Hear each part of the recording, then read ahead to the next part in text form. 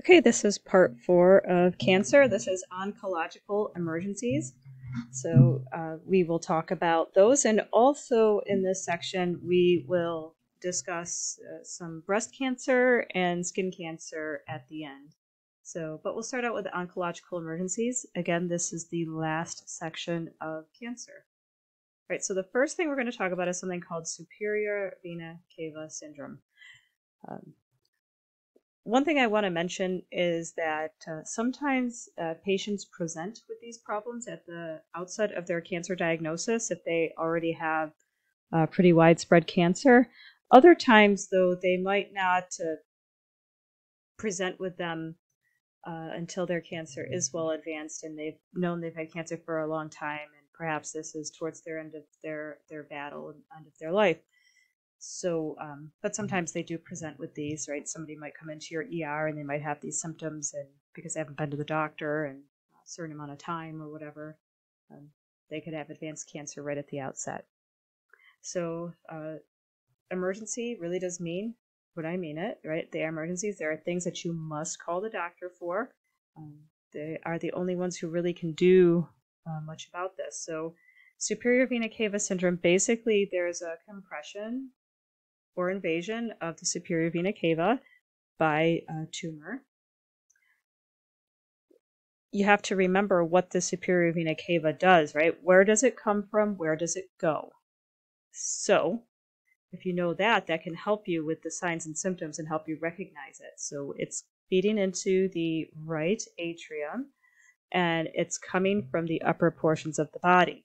So something like this will be seen often in cancers of the head and neck, lung, breast, mediastinal masses, because that's where the superior vena cava is.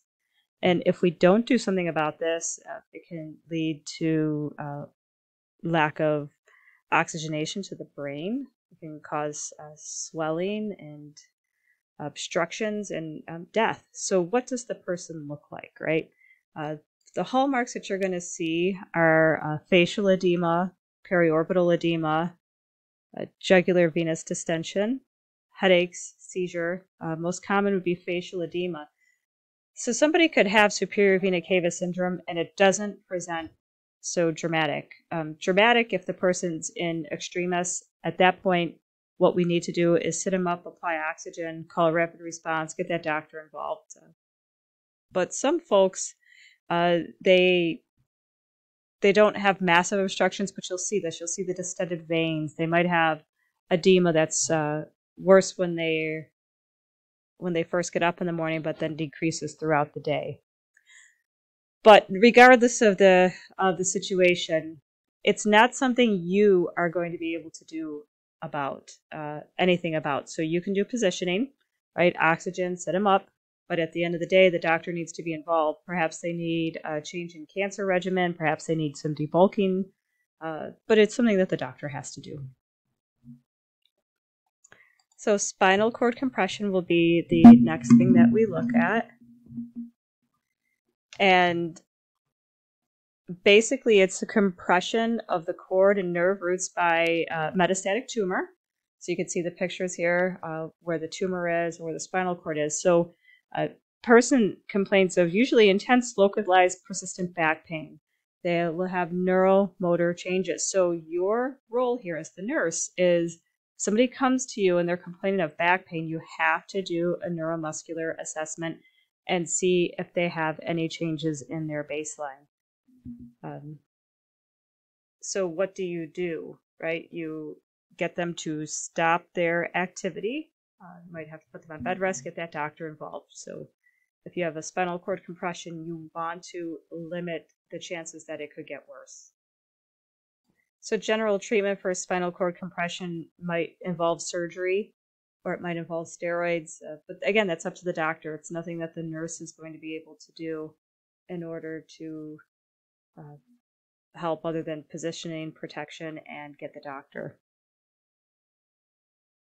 All right, so hypercalcemia. So there are different mechanisms that a person ends up with high calcium levels, but this can be incredibly life-threatening. So one of my golden rules is if you have too much of something, you must dilute it. So things that we can do, increase the fluids. I would say generally they need 3 liters a day. So at least 2, but 2 to 4, but average would be about 3, right? What are you going to see? You're going to see signs of hypercalcemia, and they are listed here for you. The other thing that we can do for hypercalcemia is to give them biphosphonate therapy. And so biphosphonates, we should have, if you're doing this beforehand, but you should know through pharmacology the biphosphonates, so those medications which kind of push calcium back into the bone. If their calcium level is super high and they have some changes on their telemetry, then we might need to do calcitonin, which works pretty quickly, but the effect stops when the medication stops. So you might do calcitonin while you start them on biphosphonates. So definitely need to make sure that the person is safe, that we are treating them appropriately. So fluids, telemetry, biphosphonates, possibly calcitonin. So that is hypercalcemia. We'll talk a little bit more about that probably in class. So tumor lysis syndrome, probably one of the more important slides for you to take a look at, because tumor lysis syndrome is so common, especially with those with a high tumor burden or those who are just starting chemotherapy, that you will see this. And it's something that we can do a lot to intervene with. So if that is the case, then you need to know all about it. So the hallmarks here are listed as far as the labs. It is really kind of lab driven. Hyperuricemia, so high uric acid level. So ask yourself, do you know the normal uric acid level? If you don't, we want it under 6. Hyperphosphatemia, do you know your phosphate levels? Hyperkalemia, do you know the normal potassium level? And hypocalcemia, so remember, you need to know your lab values. Generally will occur 24 to 48 hours after the chemo starts. So how do we treat it? All right, so there's a difference between treat and prevent. So we can prevent it by a really good hydration at the time of the chemo, before and after. In fact, some people who are at high risk for this, we may often have them get like 1 liter or 2 of fluid right with their chemo. Allopurinol, because that prevents it. But remember, allopurinol can prevent uric acid formation. It does absolutely nothing to uric acid that's already been made. So if that's the case, then we'd need respiricase or colchicine, one of the other medications. We could treat the hyperkalemia with things like Kayexalate or regular insulin, which basically, if we give them insulin and sugar, it shifts the potassium back inside the cell where it belongs. Aluminum hydroxide to get rid of some of that phosphate. So remember, phosphate and calcium have an inverse relationship. Diuretics, believe it or not, you could be giving somebody lots of fluids and diuretics, because remember, our uric acid and those, they're excreted in the urine, so we need them to urinate to get rid of it. And hemodialysis, last-ditch effort, because what's going to happen with tumor lysis syndrome? It can damage the kidneys. And then you can see up here it says alkalinized urine. So sometimes we give sodium bicarb to the fluid. Jury's out on that a little bit, but we do use sodium bicarb quite often in patients, especially with renal troubles, for certain things, to make sure that we protect the kidneys. Syndrome of inappropriate antidiuretic hormone, so SIADH. So basically, I like to use this little picture. That guy reminds me that they're soaked inside. So SI, soaked inside. So what are you going to see? If somebody is soaked inside, they're not able to urinate. This is due to excessive levels of antidiuretic hormone, which is antidiuresis. So how do we treat them? They might need radiation and chemo for their cancer. This is common more on the small cell lung cancers. It's a risk factor here. They might need fluid restriction. They might need sodium. Remember, if we have too much water and not enough salt, the person could have seizures. It could be really bad. So there is that. And then you can get hypertonic saline or an antidiuretic hormone antagonist, which is tolvaptan. So for this, remember, we want to monitor their salt levels. If we see their sodium levels dropping, especially with the knowledge that they have some form of cancer, especially small cell lung cancer, then we need to be diligent and make sure that we're watching for this. We've already talked about sepsis, sepsis being the #1 killer, so I don't have a slide on it back here, but I could just refer you up to neutropenia and neutropenic precautions, and so that's that. And then, of course, advanced cancer care. You know what? Let me go back. I want to say 2 more things. Disseminated intravascular coagulation is an oncologic emergency, which is something we will talk about more under hematology. But so just kind of file that for now to know that DIC is associated with oncology and associated with sepsis. But we will talk more about that under hematology because it makes sense to understand it there. And then some of the other things that you might need to discuss would be like infiltration of any organs, right? Depending on the organ that is infiltrated, and some of that kind of even comes under advanced cancer care, but cardiac tamponade can happen if cancer infiltrates that area. If that's the case, you have muted heart tones. They might need to drain the fluid out. Carotid blowout can happen. That is devastating and often fatal. So if there's tumor that's in the carotid artery.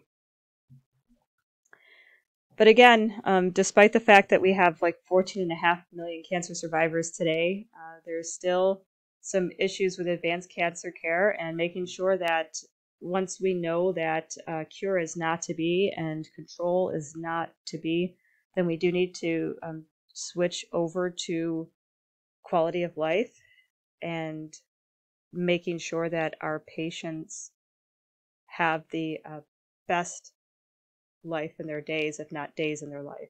All right. Sometimes it's no longer about quantity, but quality. And we are very, very liberal when it comes to medications for advanced cancer care. We have to do a lot of patient teaching as far as what addiction looks like, because many are afraid of addiction. Making sure we really, really treat some of their symptoms, even if it on paper can shorten life. Science has really proven that people who enter hospice care actually do better than those who don't. They live longer. And I think that has to do with their pain control and comfort and acceptance. All right, so we're going to switch gears a little bit and talk about breast and skin cancer and how to assess it and things like that. All right, so this breast cancer is the most common cancer among women, which makes sense. So then you know your risk factors are those who are older, female, exposed to hormones longer, so early periods, or if they had a child, their first one after the age of 30, any smoking, family history. Look at ovarian too, because that comes with our like BRCA1, BRCA2. But there's different types of cancer. There is non-invasive or invasive, and we'll talk about these in class. We'll concept map them, so read them through in your book.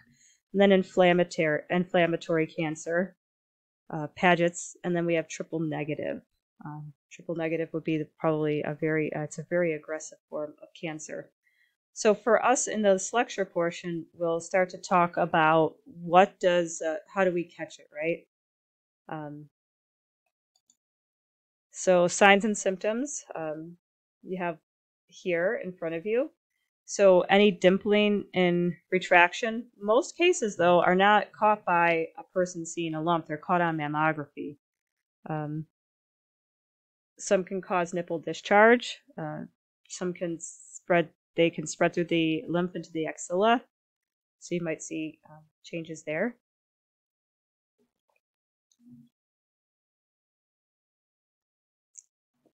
Peau d'orange, you can see that it looks like an orange. The skin, so a skin change there. You may have areolar changes depending on the type of cancer. The most common type of cancer is the invasive cancer. Starts in the milk ducts and usually in the upper outer quadrant.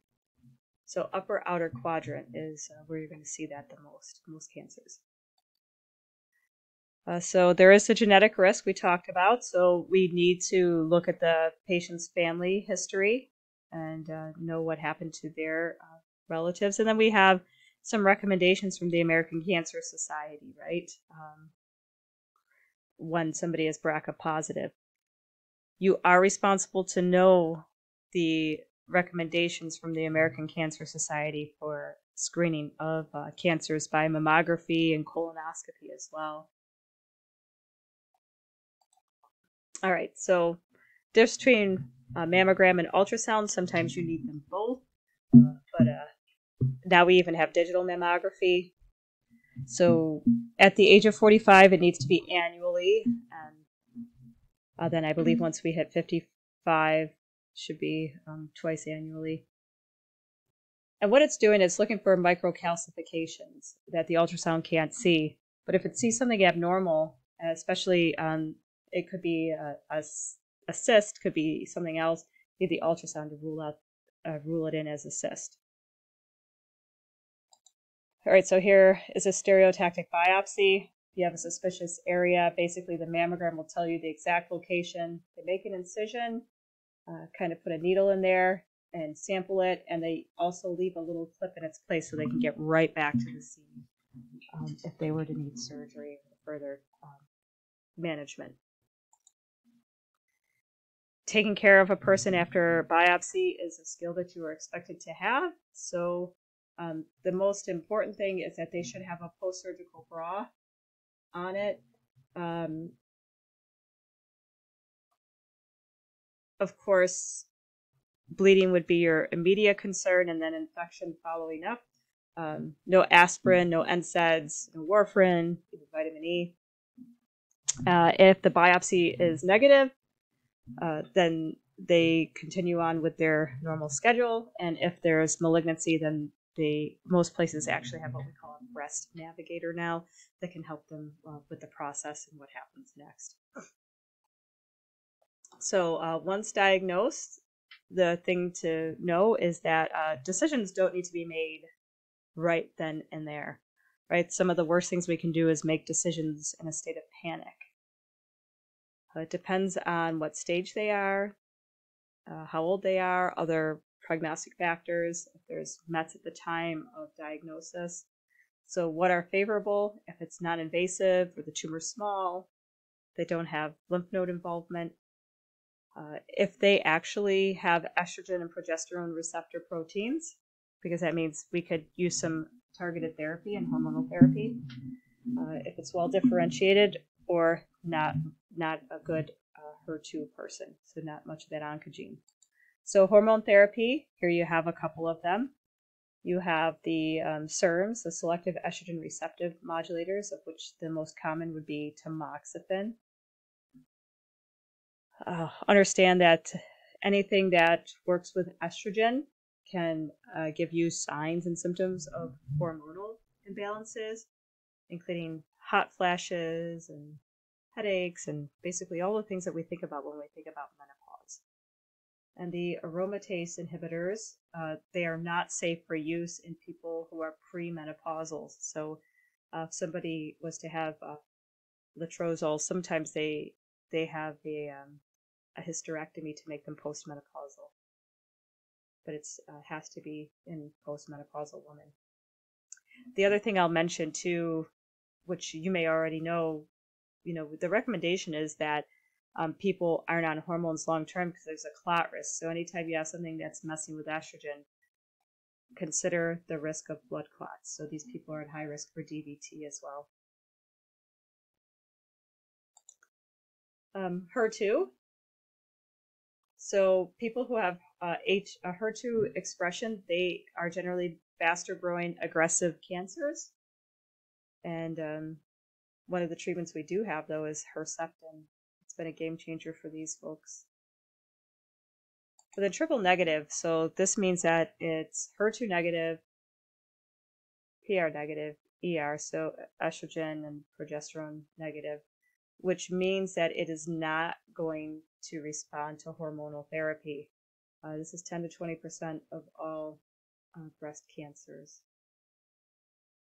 That would be triple negative.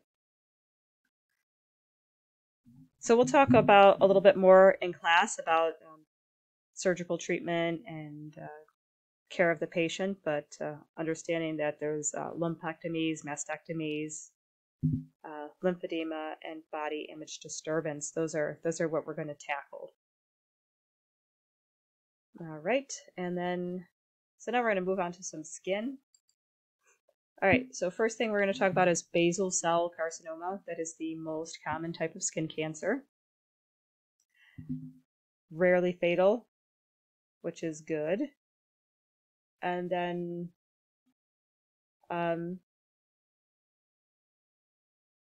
basically on a lot of the sun-exposed areas, and so it has translucent pearly borders, so that's what it looks like. So basically sometimes people will ignore these, even though like this one you can see that basal cell, look, it's got its own little blood supply going there. That's a very dangerous sign that could be cancer.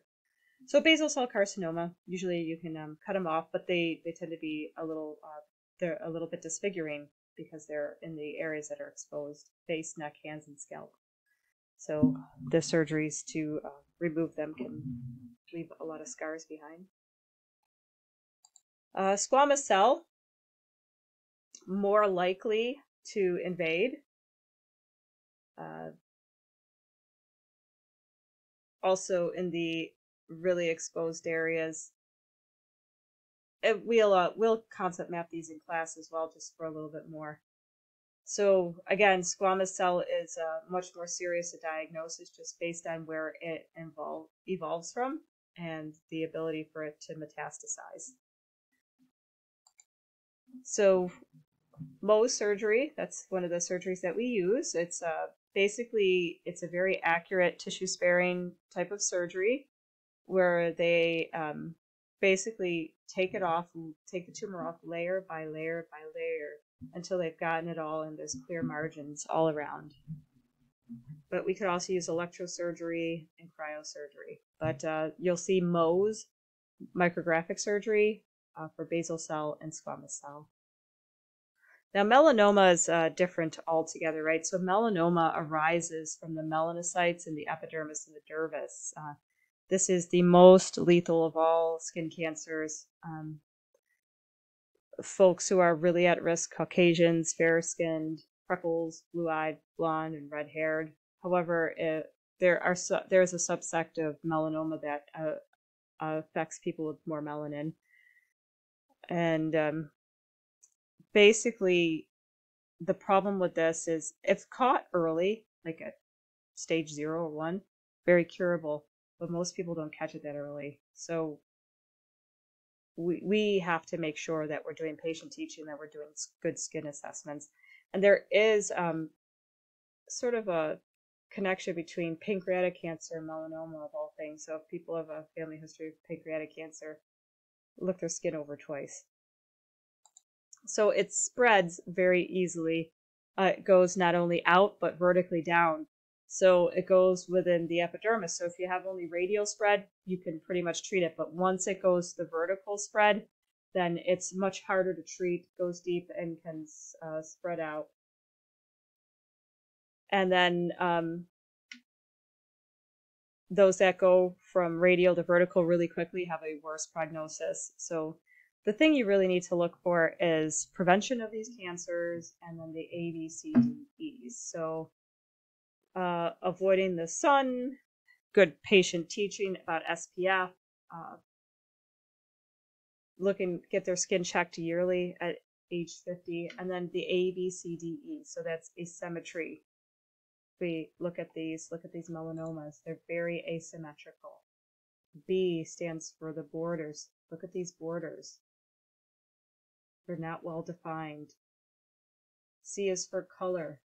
There's lots of different colors in these, right? It's not a single color. D is for diameter. We're looking for anything bigger than the tip of a pencil. And E is for evolving. So anything that's changing, we need to encourage our patients to come in and be looked at. All right, so these are your lectures. This is the finish of cancer lecturing. So I will see you in class, and come prepared with any questions you might have from your reading, and we'll go from there. Thank you.